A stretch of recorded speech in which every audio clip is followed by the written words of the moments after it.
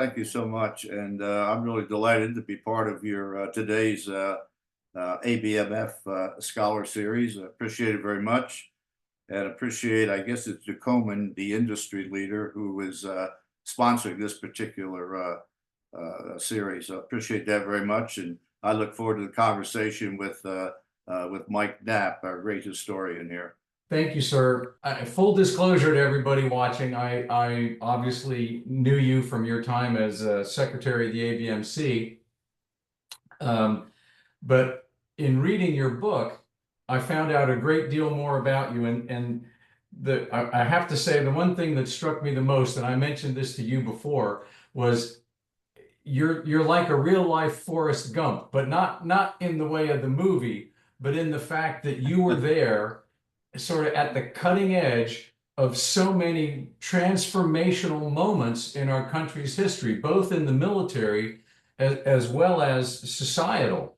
And I think I highly recommend people to read this book because it's just fascinating to see how many things occurred during your 33 years of uniform service and then your continued service to the country afterwards as a civilian. I think, sir, the key that we take away from that book is the sort of underlying theme throughout the book, and honestly throughout your entire career, is overcoming the adversity of polio.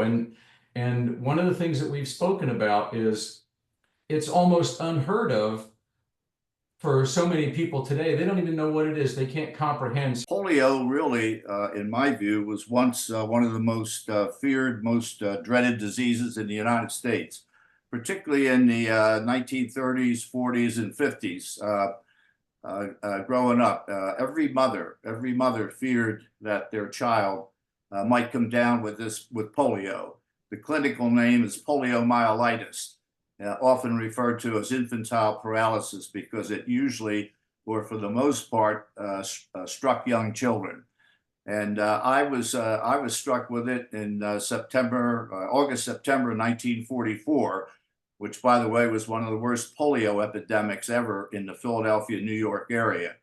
I was living right outside of Philadelphia, visiting my grandmother. My father was overseas in the Pacific, or on his way overseas. And we were visiting there, and I walked across the living room floor and fell. And tried to get up, fell again, tried to get up, fell again. And they called an ambulance, took me right into a hospital in Philadelphia, spinal tapped me, and diagnosed it as poliomyelitis.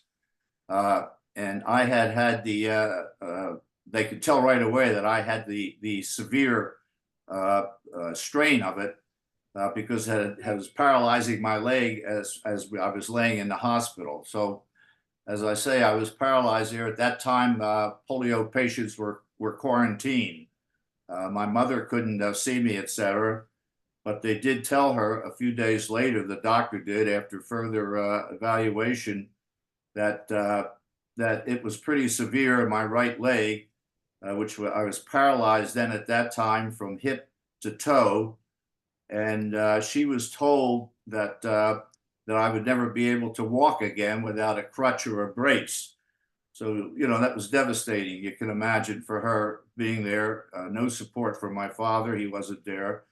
But I went through or was admitted then to the Home of the Merciful Savior hospital in Philadelphia, which was a hospital they turned over to polio patients, strictly to polio patients, because it was so bad that a lot of the other hospitals just couldn't take folks. It was a terrible epidemic in '44. I was splinted with braces, which is the way they treated it at that time. But to make a long story short, Sister Kenny, who's an Australian nurse, was brought into the United States around 1940, 41. She had a totally different way of treating paralysis and polio.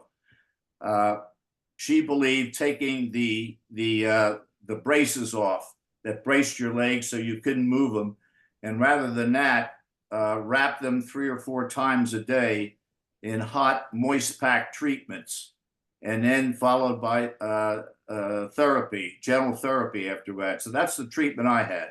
I was very lucky to get the Sister Kenny treatment, and that started to reinvigorate my anterior horn cells, which went down my leg.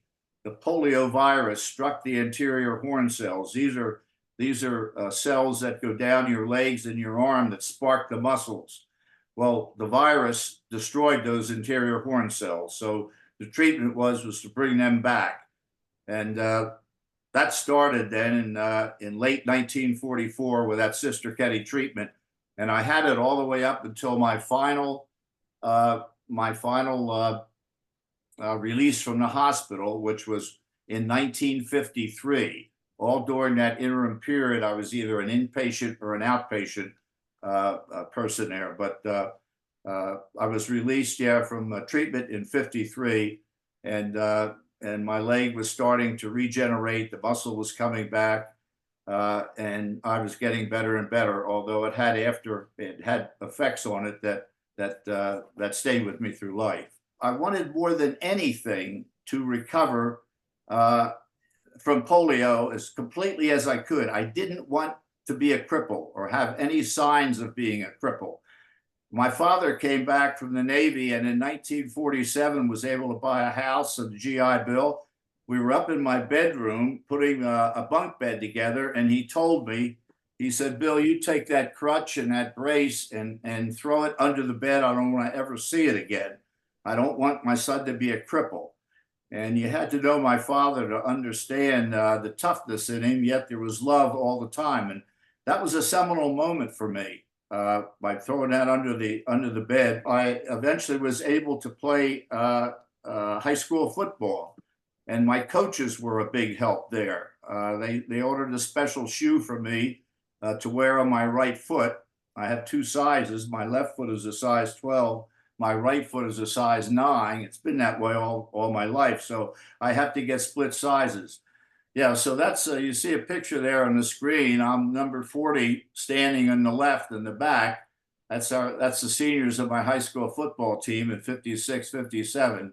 I didn't really play a lot. I certainly wasn't a starter, but the mentorship and the support from my coaches, along with my father, allowed me to persevere and allowed me to gave me that courage and that willpower that I needed to keep pushing on to get my leg better. I was able to, when I matriculated from high school up to Gettysburg College, 57, 58, again, I was still testing myself. I wanted to push myself. I got into a fraternity where almost everybody in that fraternity played one of the varsity sports. Well, I wanted to do something. Of course, I couldn't play football there. I just wasn't big enough, good enough, or my legs strong enough. But anyway, I went out for the lacrosse team. The professor of military science was a West Point graduate, had played lacrosse in 1950.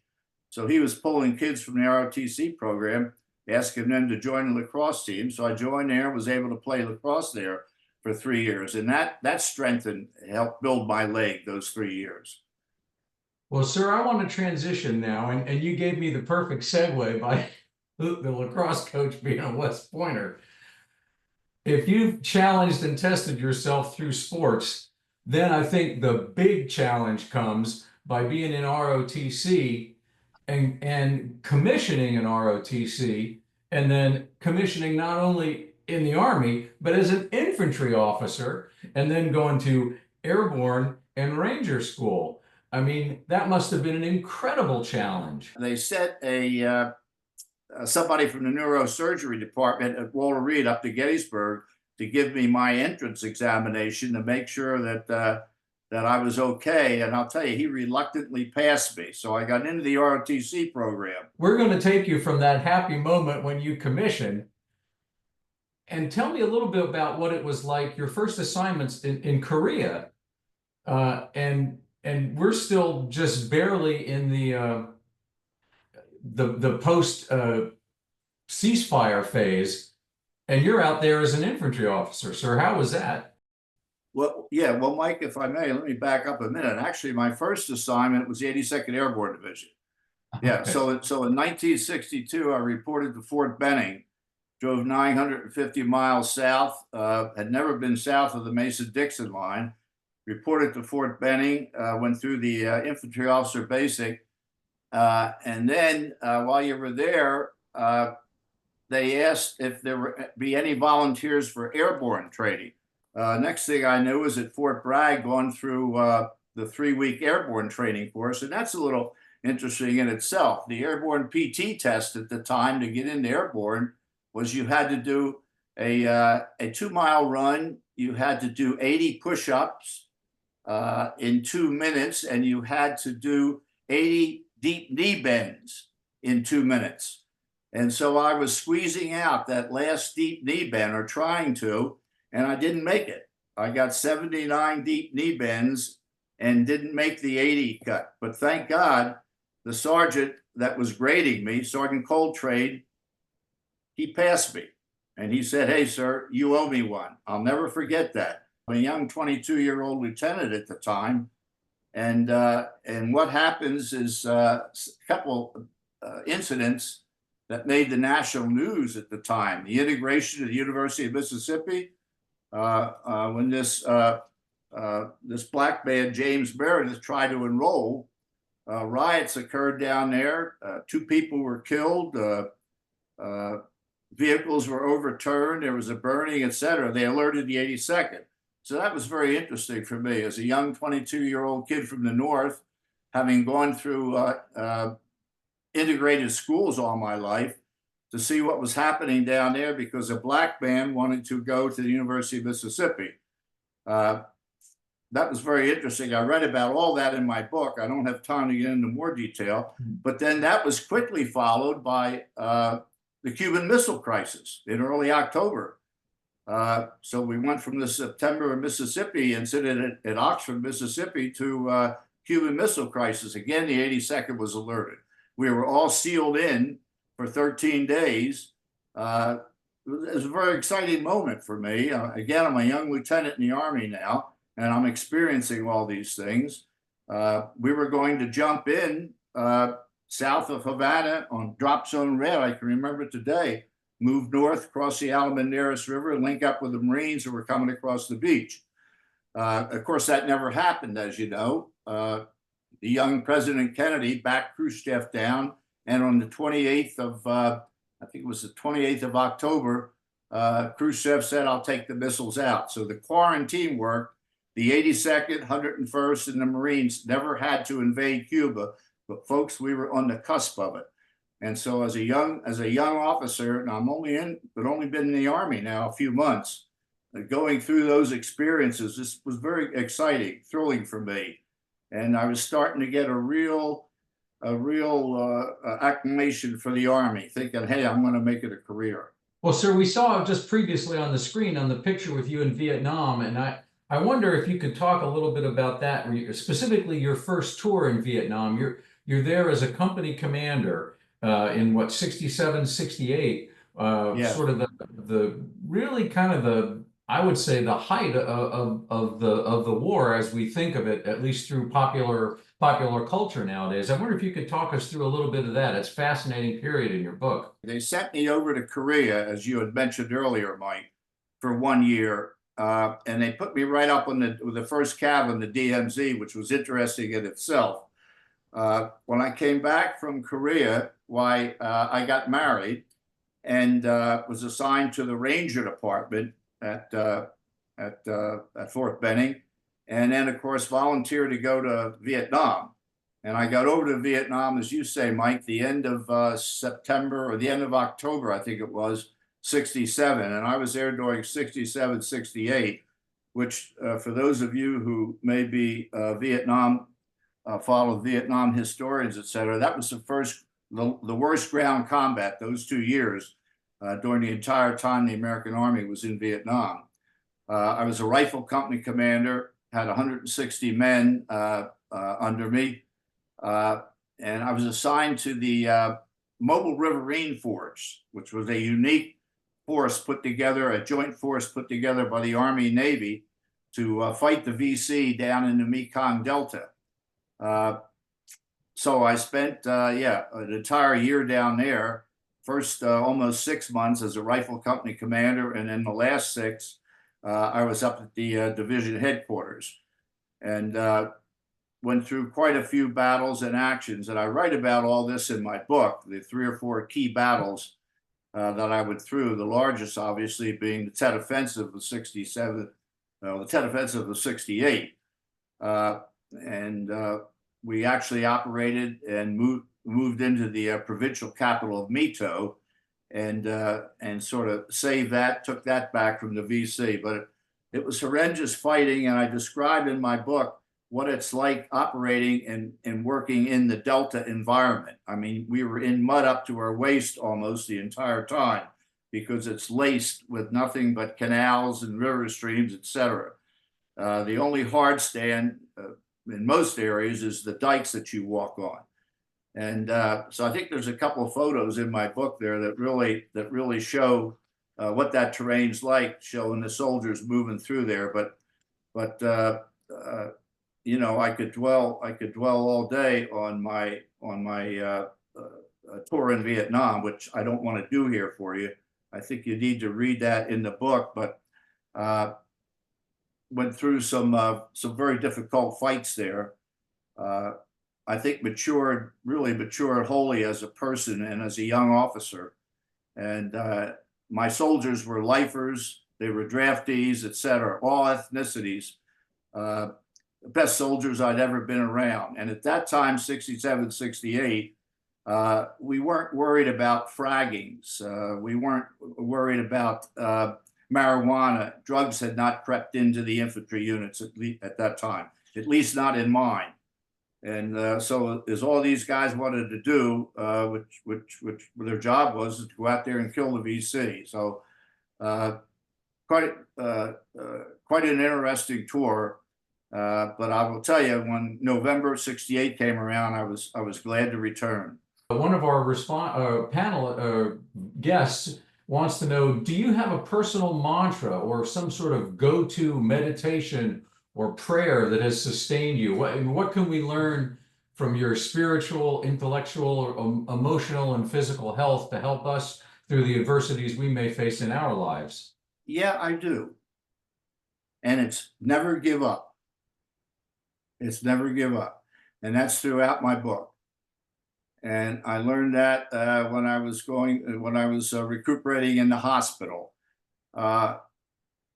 Those kids who were paralyzed, had paralysis in the leg, the hospital would do little competitions for you, maybe every week. They'd draw a line, and you'd start out, they'd let you walk to see how far you could go before you fell.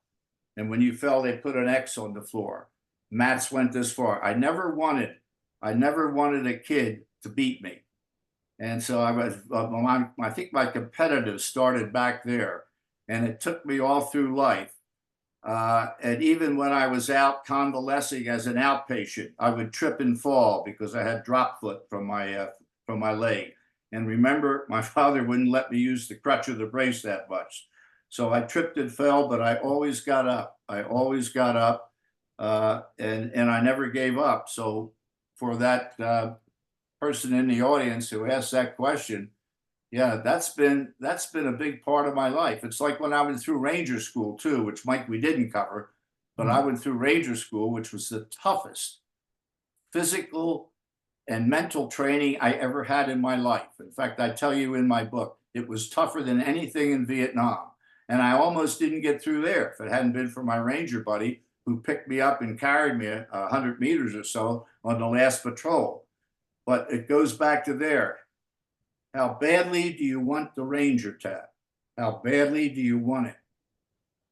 So that's sort of my credo, my motto through life. I wonder if you could speak to sort of globally the changes that you saw in the Army from like 1962 to like 1992, over a 30-year span. You know, just how did the Army change? How did the Army's relationship with society change? Yeah, so how did the Army change? Coming out of Vietnam, in 74, 75, 76, and that's when I commanded an infantry battalion, 101st. We had to do a lot of cleaning up. There were many selective early retirement boards, etc. We were weeding out the malcontents who, at that time, I think we had a few in the Army. So the Army had to regroup after Vietnam. And we started to also realize at that time that, hey, the Russian threat in Europe is not the biggest threat we have right now. We were starting to see these threats from these smaller countries.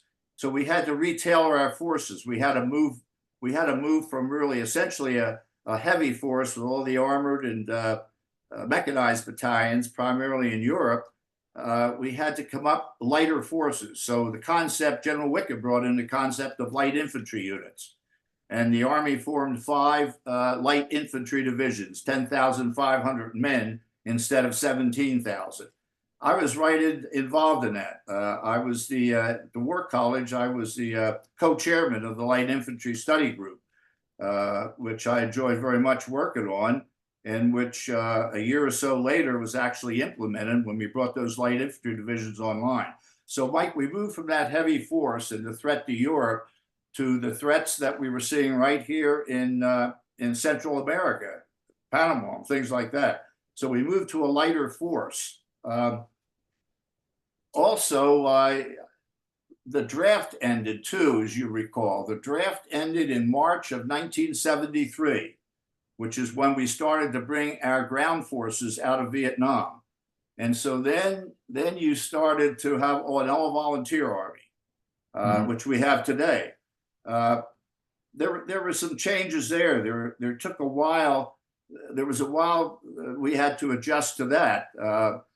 We didn't get the initial numbers we wanted to get the first couple of years, but as you know, I would say largely since then, the all-volunteer Army, it's been very successful. So there was a lot of cleaning up to do from Vietnam, a lot of changes internally in the Army, but we had a lot of great lessons learned from the Vietnam War, and we were able to keep a lot of the officers like myself and senior NCOs who experienced that combat. They stayed on in the late 70s and 80s and brought the younger kids along. We moved from that Fulta Gap mindset to the U.S. Army being able to go in and strike anywhere worldwide. And to do that, we needed lighter forces and so forth. And we did that. They formed what they called the Strike Command, the Rapid Deployment Force units, which were largely in the Army, the 82nd and 101st, because they could deploy quickly and get on the ground quickly. And then these 5 light infantry divisions that we could move out quickly on a minimal number of aircraft and get into the objective area. So I was assigned to after I left the Pentagon, where I had served as Frank Carlucci and Weinberger's executive secretary. That was a wonderful experience. You talk about 2 great men and people who sort of mentored you and helped you along. But I left there, was assigned to one of these new light divisions, the 7th Infantry Division, Fort Ord. So it was Christmas Eve, 1989. We were at a Christmas party at a good friend of mine, fellow infantryman general officer Bob Ward, when the phone rang, and it was the Pentagon, and they were alerting us for possible deployment to Panama. And we took it on a secure line. We had a secure line where we were. A couple days later, we actually got the word to go. So what we did, and this was the elder President Bush, the first President Bush was the president at the time. Colin Powell was the chairman of the Joint Chiefs. And we got the word that we're going to invade Panama, and we had 18-hour wheels up. So we mounted out of 2 airfields, Travis Air Force Base, which was 150 miles north, and we practiced the routes getting up there. But they brought the planes in so quickly, and we were mounting out 8 infantry battalions of 650 men each, along with their attendant artillery and combat service support. We needed another airfield. So we actually took over the civilian Monterey airfield. This is right around Christmas. So, that wasn't very popular there with Christmas flights coming in and out. But we mounted out of there and got down into Panama in about 16, 18 hours once we started flowing out. I was the ADCS responsible for the airflow, getting the troops to the planes, getting the planes up and into the objective area. Very interesting time. And of course, we took down the PDF very quickly. It really wasn't much of a fight at all, but it was such a well-planned, well-rehearsed, and well-executed operation. I can go on and on, but there's a whole chapter that I spend on Just Cause as seen from the eyes of Bill Matz. 82nd jumped the brigade in. We brought 6 leg battalions down there, and in a matter of days, we totally destroyed the PDF, which was the Panama Defense Force. It took us a few more days to round up Noriega and get him out of the Papal Nuncia and arrest him and bring him back to the States. But I do spend some time in that Panama operation because, Mike, all of those changes that we put in place, as you mentioned, after the Vietnam War, and the way we reconfigured the Army, the way we reconfigured our forces, all of that came into place in Operation Just Cause. I want to jump back into the book to something that you talk about it. As some of us here on the call that have been in the service, one of the big things that the Army is big on, the physical fitness that you talked about, is the runs. And I'm one of those soldiers, sir, that whenever we had a battalion fun run, it was never fun. But here we are having a battalion fun run at the 82nd or the 101st, or at a division level or brigade level, and you're a brigadier general now, and you're in your 50s, and you're making every single one of these runs with young soldiers that could be 30 years younger than you. And talk about overcoming adversity. As an infantry officer, you have to be out there and run with the troops. You can't sit back in your foxhole. You can't sit back there in your office or not come in for PT in the morning. It's just it's a key leadership thing with me, and I never wanted to fall out of a PT run in front of the enlisted troops, and no commissioned officer should ever do that. You'd be surprised how much respect you lose from them, I will tell you. So I hung in there. I fought it. I talk about it in each of my chapters. There were some very, very tough days, but yeah, I can honestly say that I never fell out of a PT run with the troops. If you would talk a little bit about your role with the ABMC. I know the Secretary Matz that I dealt with in the ABMC, but not everybody may. And I think, getting back to our overall theme of dealing with adversity, I'm guessing, as a presidential appointee running an agency that does all kinds of things, there was a little bit of different kind of adversity there. But I wonder if you could talk about some of the highlights and some of the challenges you had as Secretary of the ABMC. No, I'd be happy to, Mike. Really, one of the three and a half years, the best years of my life, was being Secretary of the American Battle Monuments Commission, and sort of being the guy that was responsible for overseeing the commemorative aspects of our soldiers who fell overseas. I didn't see it as a job, and I told my staff that. You were there maybe that day, Mike. I don't know. Yes, but I saw it as a duty, particularly as a former soldier. I looked at this as a duty of taking care of our 234,000 who are on the walls of the missing or interred in our cemeteries. And I relish the idea. We have 26 cemeteries, 31 battle monuments in 31 countries and 5 continents. So it was a lot of travel, but I believed in getting out there, talking with those superintendents, with the groundskeepers, getting to know the people, getting to know our host nation folks where the cemeteries are. I thoroughly enjoyed it. It was I thoroughly enjoyed that duty, and yeah, and to me, as I think I say in my book, I was just very honored to do it. I will say this, during my time as secretary, why we did host two major events. One was the 100th anniversary of the end of World War I, huge event, 100th anniversary of World War I. And we hosted that in our Suresnes Cemetery just outside Paris. President Trump came over, delivered a 10.5-minute speech, which in my view was one of the best I'd ever heard. There were 5 or 6 World War II guys in their wheelchairs that were sitting there. He personally mentioned them afterward. It was done in the pouring rain. And then that was followed the next year by hosting the 75th anniversary of the D-Day landings on Omaha Beach. So we hosted that one, and that at the time was the largest event that I believe ABMC ever put together. We had about 15,000 right there in the cemetery attending, along with probably millions watching it through TV, etc.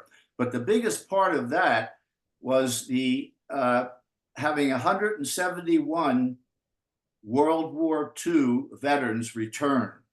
And of that 171, 59 had actually crossed the beaches that day in 1944 or had parachuted into the drop zones inland. And just sitting there, being up there on that stage and being able to spend a few minutes with a lot of those veterans, that sort of set a wonderful tingliness down my spine. And it's something to this day that I will never forget, being in their midst. Everybody out there, if you haven't read it, you need to get it and you need to read it, because it is, like you said earlier, sir, it's a history lesson. And it's a history lesson with an undercurrent of overcoming adversity and using your mantra, never give up. Thank you very much, Mike. And thank you, General Matz, for your talk. And thank you for your book, because it really does inspire us all. And I, again, want to personally thank you, because it was really through your inspiration that the American Battle Monuments Foundation was formed under your leadership of the commission. And we've come a long way, and it's that inspiration that really underpins us. So thank you.